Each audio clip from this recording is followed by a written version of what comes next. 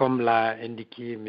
Abdrahmane Bari, aujourd'hui on va parler d'une personnalité très bien connue dans notre histoire, qui, malgré sa vie courte, à laquelle dont le PDG s'est chargé de mettre fin prématurément, reste une empreinte très profonde dans notre mémoire collective. Il s'agit de Bari III, un personnage presque mythique dont beaucoup de gens ont entendu parler pour sa rigueur, sa droiture, et dont je crois beaucoup de personnes n'ont pas de détails sur la vie.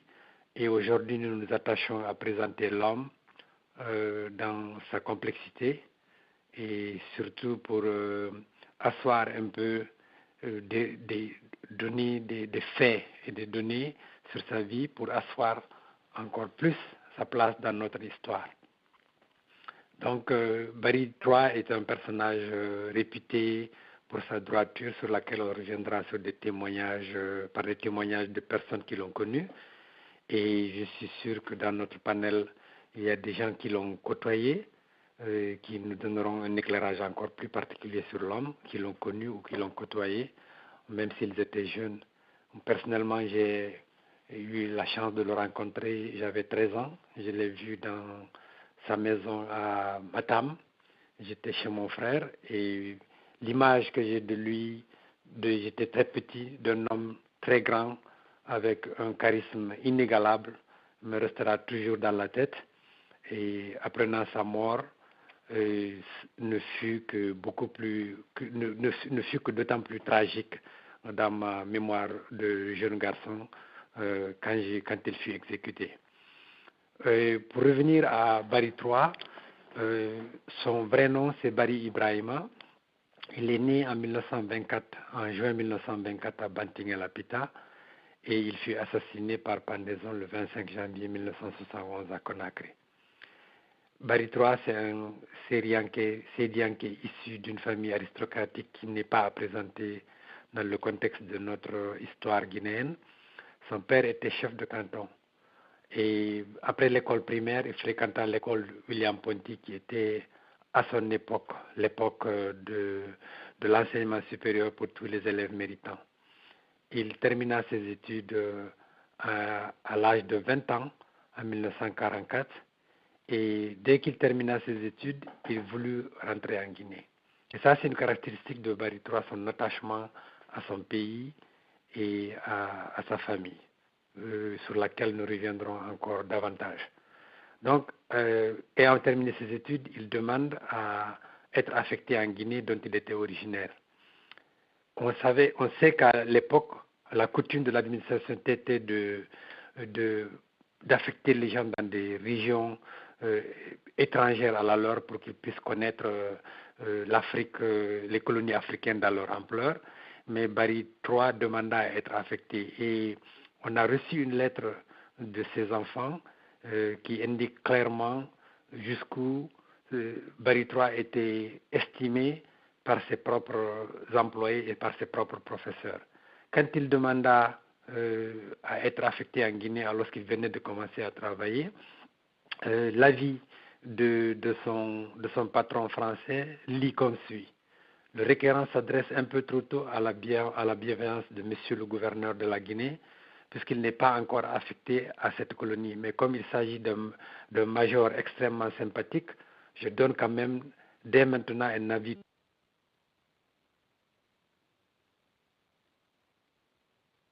1944. Donc ça montre déjà, à ce jeune âge, commençant tout juste à travailler, comment il avait déjà l'estime de ses supérieurs.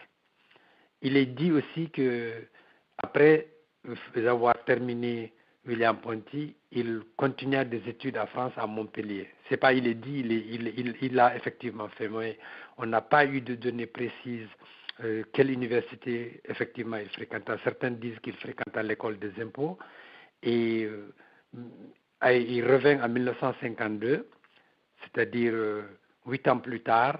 Il fut nommé comme cadre supérieur de l'administration française d'outre-mer au service des impôts. comme inspecteur des contributions directes. Et d'autres disent qu'il fréquenta aussi l'université de Paris, mais ça n'a jamais été confirmé. On sait que c'est à Montpellier, à l'université de Montpellier, qu'il commence à militer à la SFIO. La SFIO, c'est la section française de l'Internationale ouvrière. Cette section, c'était le parti, l'embryon de ce que deviendra plus tard le Parti socialiste. Donc, alors qu'il était étudiant, Barry III milite comme étudiant socialiste, comme militant socialiste dans cette section. Et à son retour en Guinée en 1954, il se lance dans la politique comme fondateur de l'Internationale socialiste. Et il est dit aussi qu'il exerça le métier d'avocat. Donc voilà en gros le parcours préliminaire de l'homme. Et on ne sait pas, on n'a pas eu beaucoup de données sur le métier qu'il exerça quand il retourna en Guinée en 1944 et la période qui suivit de 1944 à 1952 quand il retourna en France pour terminer ses études à l'université de Montpellier. Mais s'il y a des personnes qui ont des données, nous sommes réellement preneurs et nous serons tous à l'écoute. Donc après, comme on l'a dit, quand il retourna en 1954, il créa la démocratie socialiste de Guinée avec le militant politique français Jean-Paul Alata. La DSI était affiliée à la section française de l'Internationale ouvrière, la SFIO. Et dès le départ, dès sa création, la DGC se marqua par son caractère progressiste et de gauche. Il était très critique des abus du pouvoir colonial et des chefs de canton. Et on sait que c'est cette année, à son retour en Guinée, que Diallo Yassine mourut, donc il y eut une élection partielle pour le remplacer. Barry III se présenta en même temps comme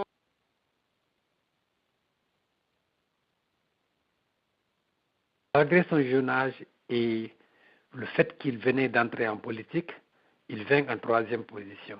Ceci montre déjà, c'est indicateur comment, malgré son jeune âge, malgré son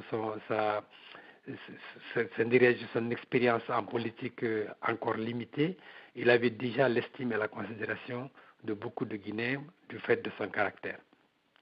Il obtint il vint en troisième place. En 1956, il se présenta encore aux législatives et il obtint 10% des voix, malgré le fait que entre septembre et novembre, il était, en 1955, il vivait à Dakar du fait de son métier, de sa fonction administrative. En 1957, quand même, il obtint aux élections territoriales, son parti obtint 3 sièges, lui-même est élu comme conseiller de Pita. Pour revenir un peu à son parti, qui est caractéristique, la DGC avait des positions très radicales contre le colonialisme et la chefferie, comme on l'a indiqué. Elle dénonçait la chefferie qu'il accusait de brutalité, d'extorsion et de pillage. Cette rhétorique anti-chefferie valut à Barry III la défaveur de certains chefs du Fouta Djallon. Et les propagandistes du PDG indiquent jusqu'à présent qu'ils tentent de présenter Barry III comme un petit Sékou Touré. Et on verra dans la suite que ce n'est pas le cas. Barry III était un militant progressiste qui n'avait rien à voir avec l'opportuniste et l'agitateur que fut Sékou Touré du PDG. Mais vu que les revendications d'un côté syndicaliste du PDG et de l'autre politique de la délégation socialiste de Guinée, eh bien, les gens ont tendance, le PDG s'est employé plutôt à créer une confusion en disant que Barry III, c'était le petit Sili. Mais c'est du fait que Barry III était militant anticolonialiste et que Sékou Touré utilisait la rhétorique anticolonialiste pour se positionner dans sa carrière.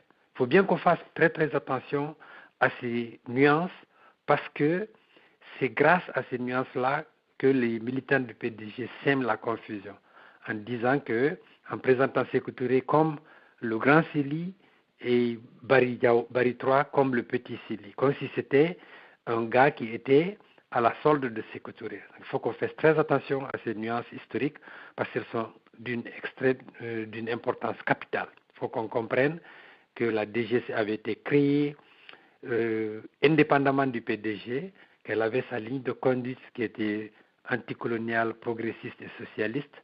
Je sais que le socialisme de l'époque n'a rien à voir avec le socialisme d'État tel que les Staline et plus tard dans sa version tropicalisée et sous-développée, les Sékou Touré, qui l'ont totalement vidé de son contenu, en ont fait plutôt une idéologie de domination et d'assassinat.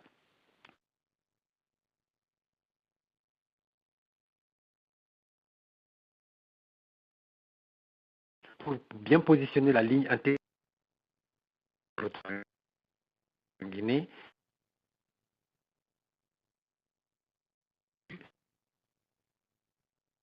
et dès 1957, étant élu, la DGC de Barry III renforce sa position anticoloniale. Il s'étend et crée un mouvement régional africain appelé le mouvement socialiste africain à l'échelle du sous-continent ouest-africain.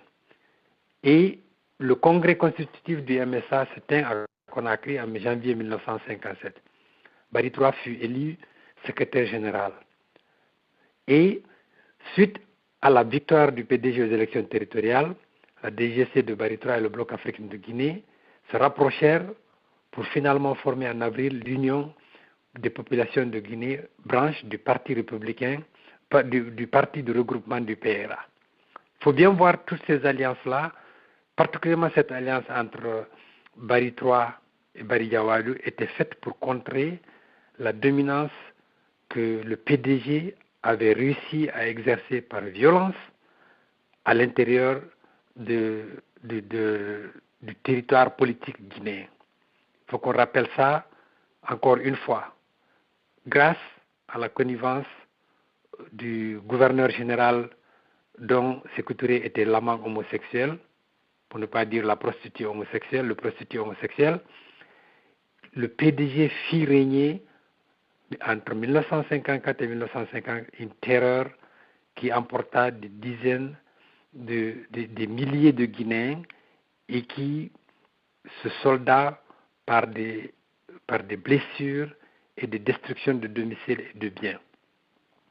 Face à cette menace, Barry III et Barry Yawadou, ainsi que d'autres personnes qui voyaient le danger que représentait le PDG, s'unirent pour constituer le PRA. Et ce regroupement, le PDG s'attachera après à le présenter comme un regroupement purement ethnique, alors qu'il n'en est absolument rien. C'était plus une tentative de résistance à la violence que le PDG exerçait à tout va. Et ça, c'est une violence qui est documentée.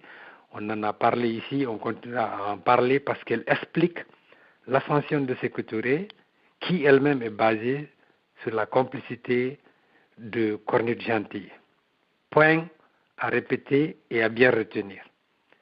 Donc, le PRA, lui aussi, sera très, très engagé pour l'indépendance et le développement économique. Ça aussi, il faut qu'on le contre parce que la ligne décrite par le PDG, c'est une ligne manichéenne et simpliste qui consiste à dire que le BAG, dont Barry Yawadou était le président, le leader, était un parti conservateur et qu'il s'est uni par des affinités ethniques à Barry III pour contrer la ligne progressiste du PDG. Il n'en est absolument rien. Le PRA, qui est issu de l'union de la DGSE et du BAG, on se sont positionnés très tôt, beaucoup plus tôt, pour l'indépendance de la Guinée et de la région ouest-africaine en tant que membre du mouvement socialiste africain, beaucoup plus tôt que le PDG, qui était un parti populiste et revendicateur. Il faut qu'on arrive à bien faire comprendre à tous ceux qui nous écoutent, à tous ceux qui lisent, cette ces points extrêmement importants qui ont été obscurcis volontairement par l'idéologie et la propagande du PDG. Il se trouve encore des intellectuels étrangers, et on en a parlé la fois dernière, en relatant le livre sur la violence politique, qui véhiculent l'idée que ces partis étaient des partis conservateurs soutenus par les chefs de canton, qu'ils étaient pour le colonialisme. Et on voit encore des jeunes sortir ça sur des commentaires simplistes et mal informés, et il nous appartient à nous tous de leur montrer que c'est une erreur. C'est une erreur qui est due à une propagande férocement et adroitement montée et au manque de documentation sur cette période que nous cherchons à combler à travers ces émissions. Mais quand on dit manque de documentation, ça ne veut pas dire qu'il n'existe pas, mais les gens ne font pas l'effort pour aller les fouiller et démontrer que Sékou Touré et son mensonge visaient uniquement à avoir le pouvoir absolu, comme l'ont compris les colons. Il y a des documents, il y a des lettres, il y a des échanges qui montrent que les colons étaient, et même des gens du RDA, étaient totalement désabusés par la férocité que Sékou Touré exerçait sur la scène politique guinéenne, sur le paysage politique guinéen. On se rappelle, on a relaté ici, que le RDA a envoyé Ouezen Coulibaly pour dire à Sékou Touré qu'il n'a pas besoin de faire tant de violence, il est déjà majoritaire. Le gouverneur des colonies lui a dit que c'est dommage qu'il ne puisse pas se référer. Donc voilà des points extrêmement importants pour qu'on arrête encore une fois de victimiser les victimes, de ceux qui seront victimes de Sékou Touré. On les accuse de complicité, on les accuse de négligence, alors qu'ils avaient en face une machine répressive à laquelle ils ont essayé de résister, et en faisant une union, même si c'était en 1957, et en revendiquant l'indépendance parce qu'ils y croyaient fermement, contrairement au RDA, pour qui l'indépendance sera une option tardive et après une excuse pour éliminer tous ses adversaires en obscurcissant notre histoire. Il n'y a rien de plus criminel dans l'histoire des peuples que des gens qui mettent l'histoire dans les poubelles des mensonges. Il faut qu'on y résiste de la façon la plus vigoureuse. Ce n'est pas une discussion simple de salon qu'on est en train de tenir. On est en train d'éclairer notre histoire pour dépouiller un à un les mensonges du PDG. Donc voilà pour ce qui est des options du PRA, du mouvement socialiste africain et de la fusion du BAG que le PDG a décrit comme un parti féodal et dont on a rappelé que le leader avait même refusé, rendu sa nationalité française et refusé sa pension d'ancien combattant de l'armée française. En tout état de cause, et dans la même ligne, pour montrer jusqu'où Barry III et ses compagnons croyaient à l'indépendance, ils acceptèrent, malgré la férocité dont ils connaissaient l'intensité du RDA, à dire que bon, on a un adversaire commun qui était le colonialisme. Cet adversaire ayant donné l'option de retrouver l'indépendance, on peut, en tant qu'Africain, désormais s'unir, en tant que peuple dominé, désormais s'unir et travailler pour relever le défi du développement qui a été une de leurs options favorites, une des options favorites du PRA. Le PRA, dans son discours, parlait toujours de développement économique et d'indépendance. C'est ainsi que, en 1900, après le référendum, après que De Gaulle est venu proposer le référendum, au Guinéen, le BAG, le PRA, dont les composantes principales étaient le BAG et la DSG, appelèrent massivement à voter pour l'indépendance.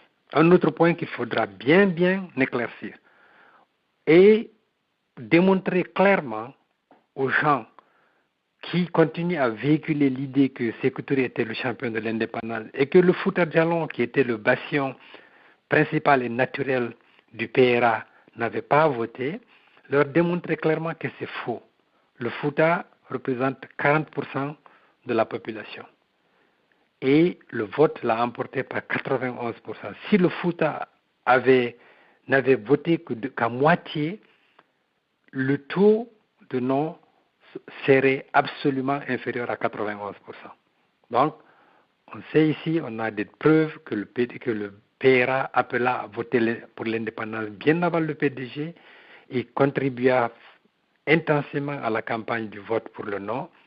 Et en conséquence, il était dans sa logique de créer un gouvernement d'union nationale dans lequel les principaux fondateurs des partis entrèrent et Barry III servit en 1958 comme secrétaire d'État à la présidence.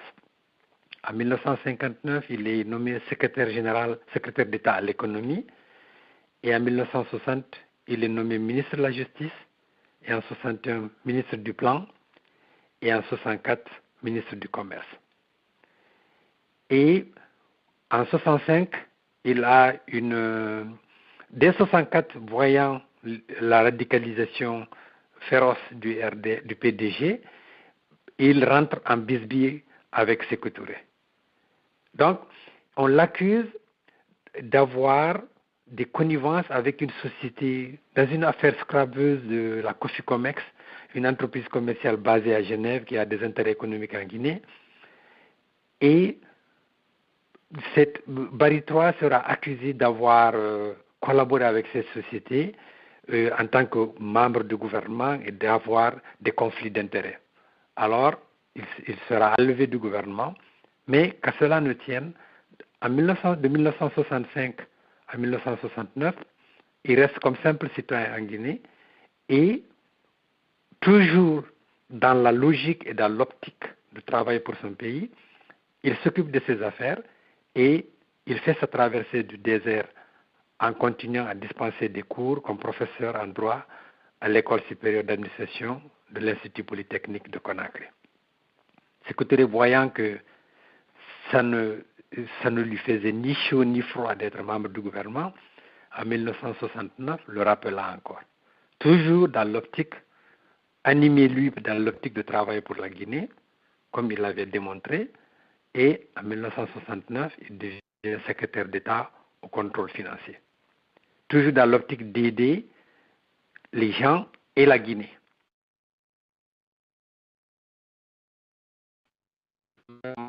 À le revenir, son engagement pour son travail était total. Il était pointueux et rigoureux. Et cela, dans un régime dictatorial, ne passe jamais. Donc, en 1969, il est rappelé dans le gouvernement.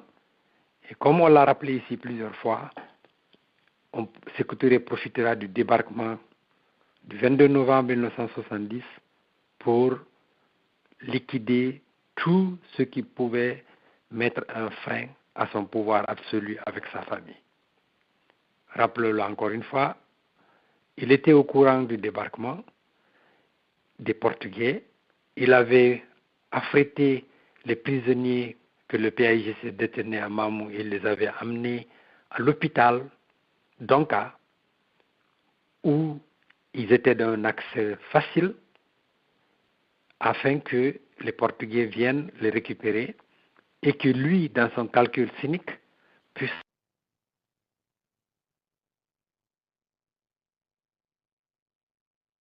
en idée. Et ce plan, lui, à merveille.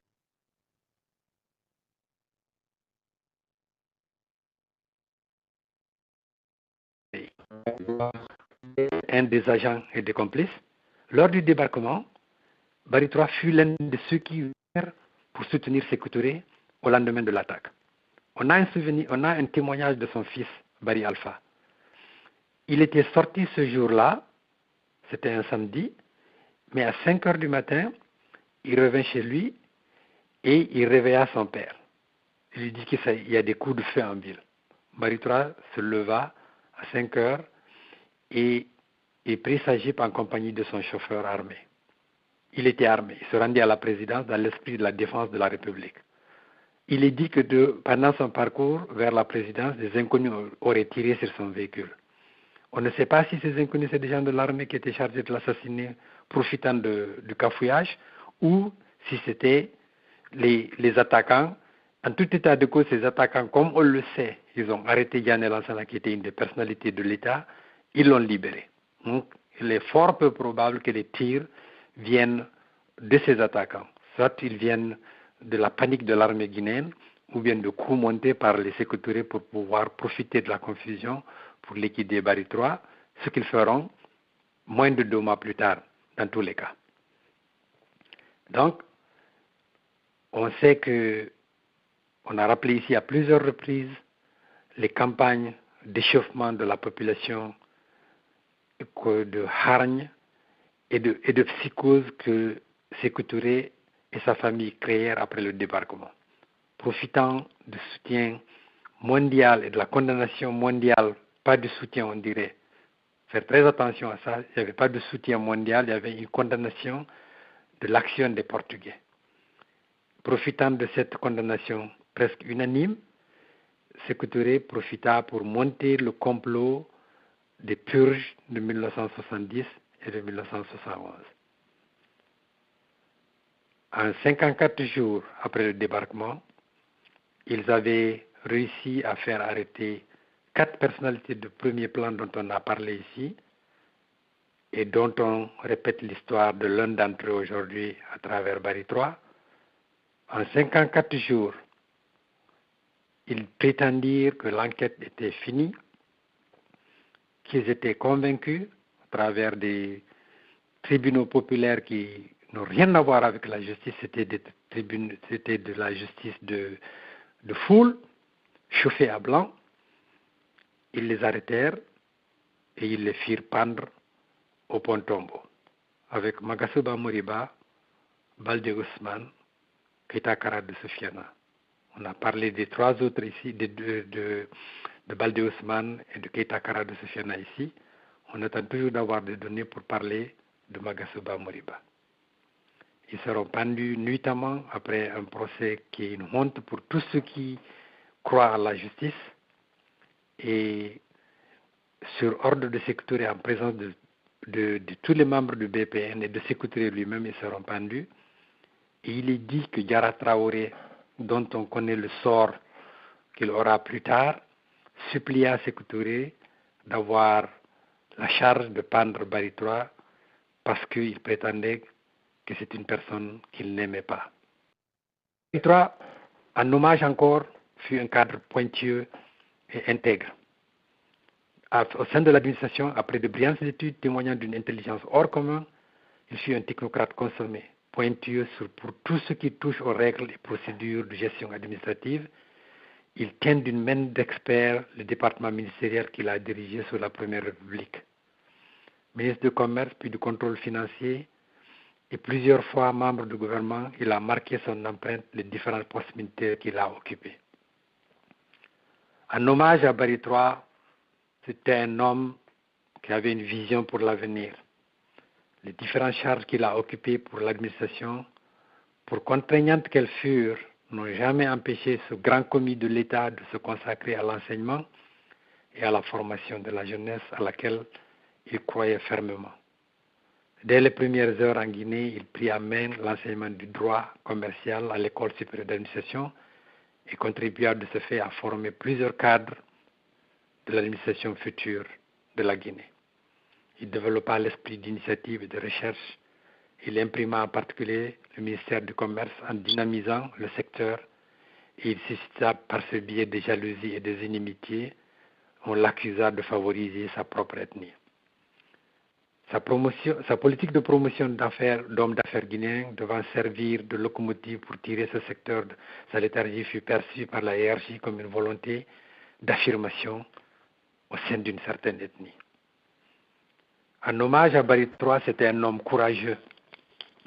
À l'ultime minute, tous les témoignages ont montré que Barry 3, le Syrian qui réconforta ses compagnons, il mourut la tête haute en récitant la Fatiha, en récitant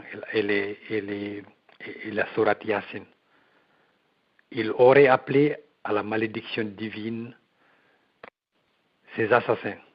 Et on croit que ça a été bien entendus par Dieu. La plupart des auteurs de ce quadruple assassinat de furent Ismaël Touré, Siaka Touré, Kabassan, Diarra Traoré. Ils seront tous exécutés en 1985 par le gouvernement militaire de Lassana Conté. Enfin, en hommage à Barry III, des lignes de ses compagnons et de son bourreau. Son compagnon Jean-Paul Alata, sur lequel on aura l'occasion de revenir un jour, victime et collaborateur de Sékou Touré, il écrivit en apprenant la mort de Barry III il y a 3 mois. Il s'en est donc allé vers la mort, lui dont l'ambition était de diriger son peuple vers la liberté. Il s'est balancé au bout d'une corde, en plein centre de Conakry. Un cercle de voyous et de catins ont insulté son pauvre cadavre. La mort miséricordieuse a épargné à son visage la grimace affreuse des suppliciés de la corde. Ibrahima, vaincu de la politique, est resté vainqueur de son dernier combat. Il est mort en regardant l'horreur en face. Musulman sincère, il a accepté l'au-delà comme sa demeure choisie. Il est mort en homme. Enfin, de son bourreau même que fut Sékou Touré, il reconnaît que c'était parmi les meilleurs de la Guinée. Et comme il savait le faire, il pouvait vanter les hommes pour pouvoir s'attirer leur avantage jusqu'à ce qu'ils puissent disposer d'eux. À la veille de l'indépendance, il leur dit, je sais que malgré la force du PDG, le régime colonial croyait que nos frères du PRA, nos frères d'autres organisations syndicales, auraient accepté la corruption pour essayer de légitimer ce qui était envisagé pour la Guinée, dont nous avons connu la réalité du Niger, la fraude, la brutalité et la force. Donc Sékou Touré reconnaît dans ce passage que c'est grâce à l'unité des Guinéens que les Français l'ont épargné. Et il compare son sort à celui de Yibo Bakari au Niger. L'unité politique est scellée et nous demandons à tous les responsables du PDG d'oublier ce qui les a opposés au PRA et dans les comités de quartier, dans les sous-sections de chaque cercle, comme sur le plan national. Nous leur enjoignons de fraterniser côte à côte afin que le programme de la jeune nation soit rapidement traduit en réalité concrète. Voilà l'appel démagogique que Sékou Touré lança et que ses adversaires acceptèrent de toute bonne foi. Pour lui, c'était un piège. Pour eux, c'était un appel patriotique. L'histoire jugera les deux comportements de façon sévère. Et nous savons de quel côté réside la vérité et la justice. Je joins ma voix pour rendre un vibrant hommage à ce grand homme et appeler les Guinéens à ne jamais les oublier. Ils sont morts pour notre patrie et notre patrie les reconnaîtra comme tels. Nous prions au grand Dieu de leur accorder la paix éternelle et de nous donner la force de les réhabiliter. Je vous remercie. J'ai écouté le brillant exposé de Bachir Ba et c'est vraiment dommage que des cadres de cette compétence puissent finir de la sorte. C'est vraiment dommage. C'est dommage aussi pour mon pays, la République de Guinée, connue pour avoir eu des très bons cadres et des gens très engagés pour la dignité et l'indépendance de ce pays et qui finissent tous d'être éliminés un à un par ce bourreau, Sékou Touré. Il avait le complexe, il n'osait pas les regarder en face parce qu'il sait que sa fonction, il ne la méritait pas devant les gens-là. C'est la raison pour laquelle il les a éliminés de cette façon. En ce qui concerne Barry III, je connais l'homme.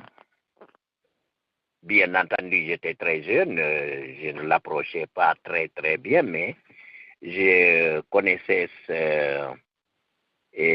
sa personne et que particulièrement le jour qu'il a été pendu au pont de 8 novembre. Ce jour-là, j'étais encore au lycée technique de Conakry, qu'on appelle au dernier moment, on appelait le lycée des août. Bon, j'étais de la même promotion que Alpha, son fils, le fils de Barry III. Et nous étions autour du mât, en train de monter les couleurs, quand quelqu'un a crié que, oh, les Barry III sont pendus au palais du peuple. Voilà ce que quelqu'un nous a dit. Alors, après la montée des couleurs, les autorités du lycée nous ont dit que nous sommes libres d'aller voir ce qui s'est passé. Mais moi, dans mon esprit, je pensais que on partait les trouver qu'ils étaient là, exposés, qu'ils étaient vivants. C'est-à-dire, c'est ce que moi je croyais parce que je ne pouvais pas imaginer qu'on pouvait tuer un homme de cette manière.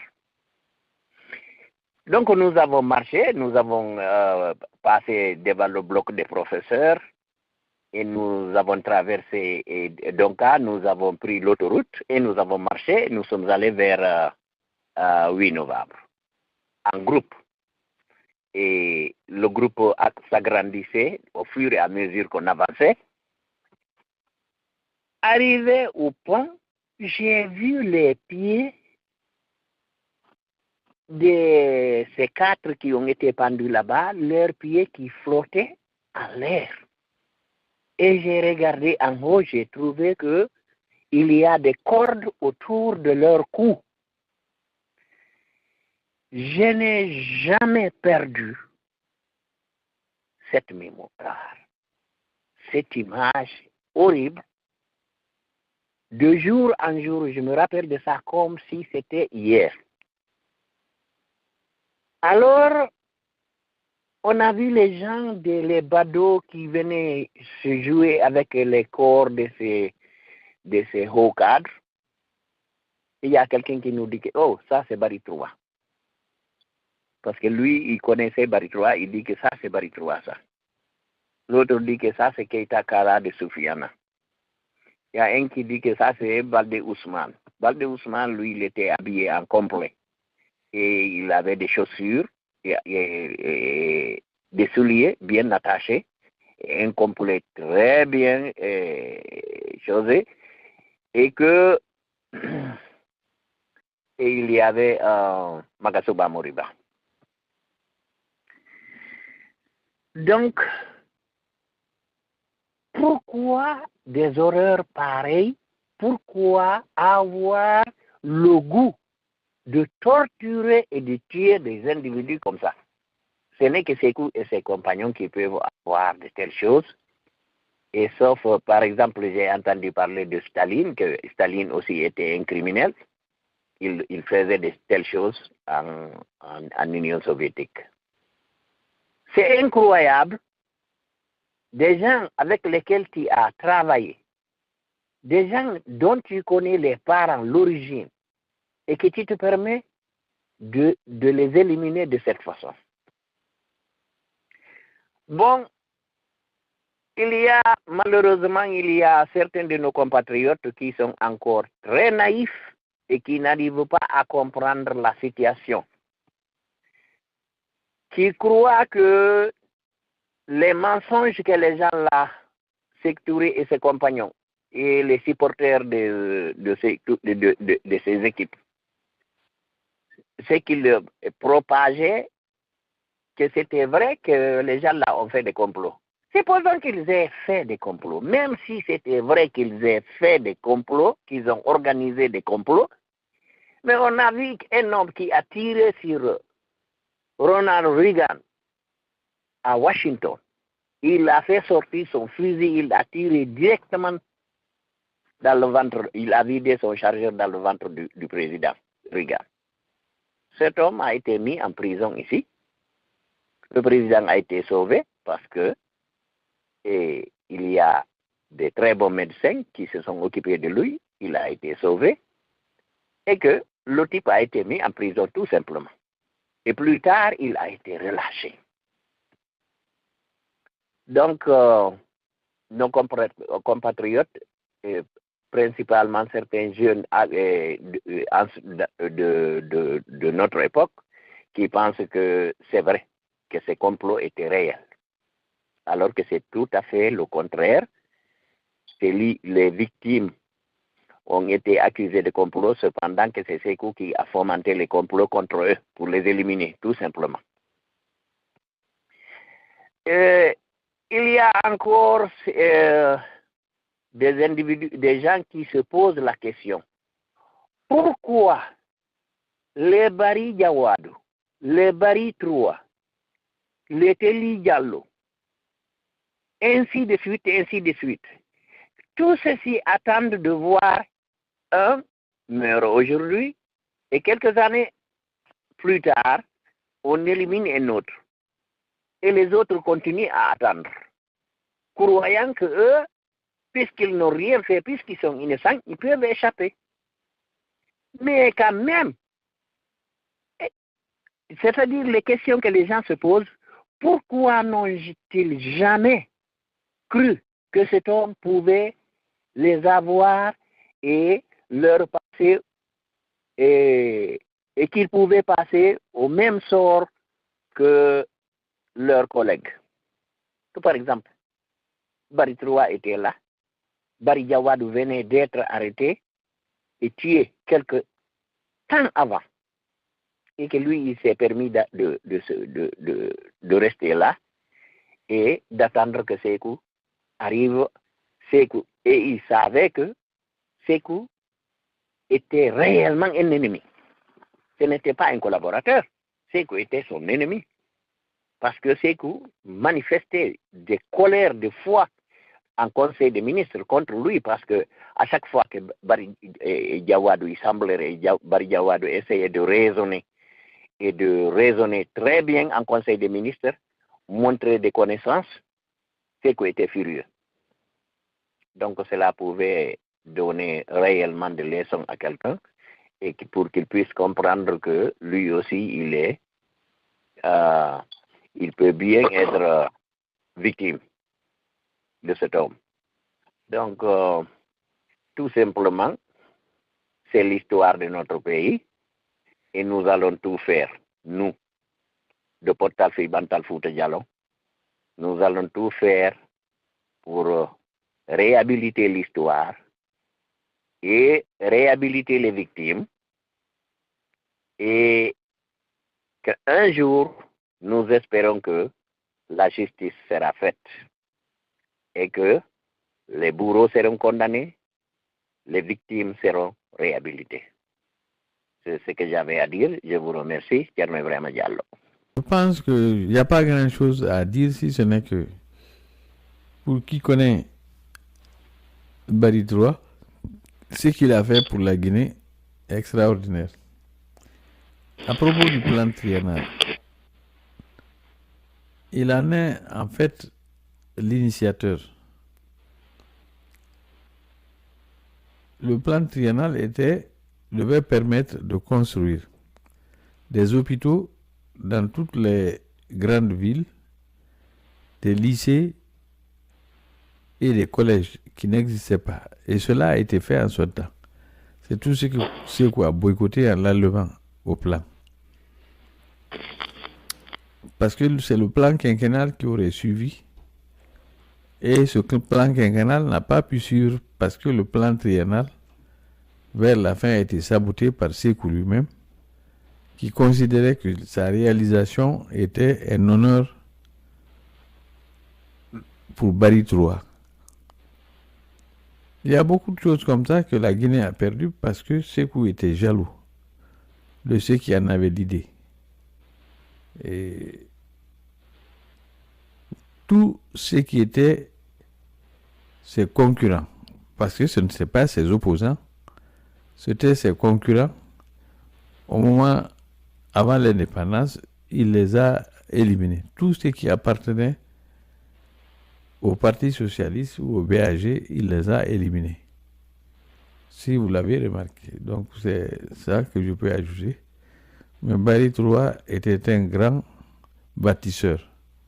Il faut le reconnaître. Et il a été le premier à faire une ferme modèle dans son village, à Bantignel. La ferme existe encore, je pense que le reste de la ferme existe. C'était une ferme modèle et moderne qu'il a eu à faire avec ses bœufs et tout. Et c'était extraordinaire. Il voulait pousser tout le Fouta à faire autant, à éviter la transhumance. Mais malheureusement, tout ceci est parti à l'eau par l'élimination qu'en a faite le sanguinaire Sékou Touré. C'est ce que j'ai ajouté à ce propos.